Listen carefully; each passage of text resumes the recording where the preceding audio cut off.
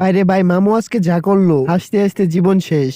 Hello everyone. দুপুরে খাওয়া দাওয়া শেষ করে আমরা চলে আসি দোকানের সামনে। আর আসার পর থেকেই মামু আমার পিছে আঠার মতো লেগে আছে। কৈতরে ছাওয়ার মতো এখানে তারা দুজন বসে ভিডিও করে। বাহিরে কে কি করতেছে, কোন মেয়ে রাস্তা দিয়ে যেতেছে ওইগুলা দেখে। আর আমি একা একা বসে এইগুলা দেখি আর হাসি, কারণ এটা ছাড়া আমার কিছু করার নেই। তারপর আমাদের বিকাল কেটে যায় আর এসে পরে সন্ধ্যা। আর সন্ধ্যা আসতে আসতে আমার মামু লেগে যায় কাজে। আর এই কাজ শেষ করার পর আমাদের দোকানে তেমন কোনো ভিড় হয়নি, তাই আমরা যে যাদের মতো বসেছিলাম। আর তারপরই হঠাৎ করে কাস্টমারের ভিড় জমে যায় সন্ধ্যাবেলা। আমরা সব মালামাল গুছিয়ে সামনে আনার পর লক্ষ্য করি মামু এখানে সবার সামনে বসে ঘুমিয়ে গেছে। আর এখানে ক্যামেরা টানতে মামুর চোখটা খুলে যায় আর মামু জিব্বা বের করে দেয়।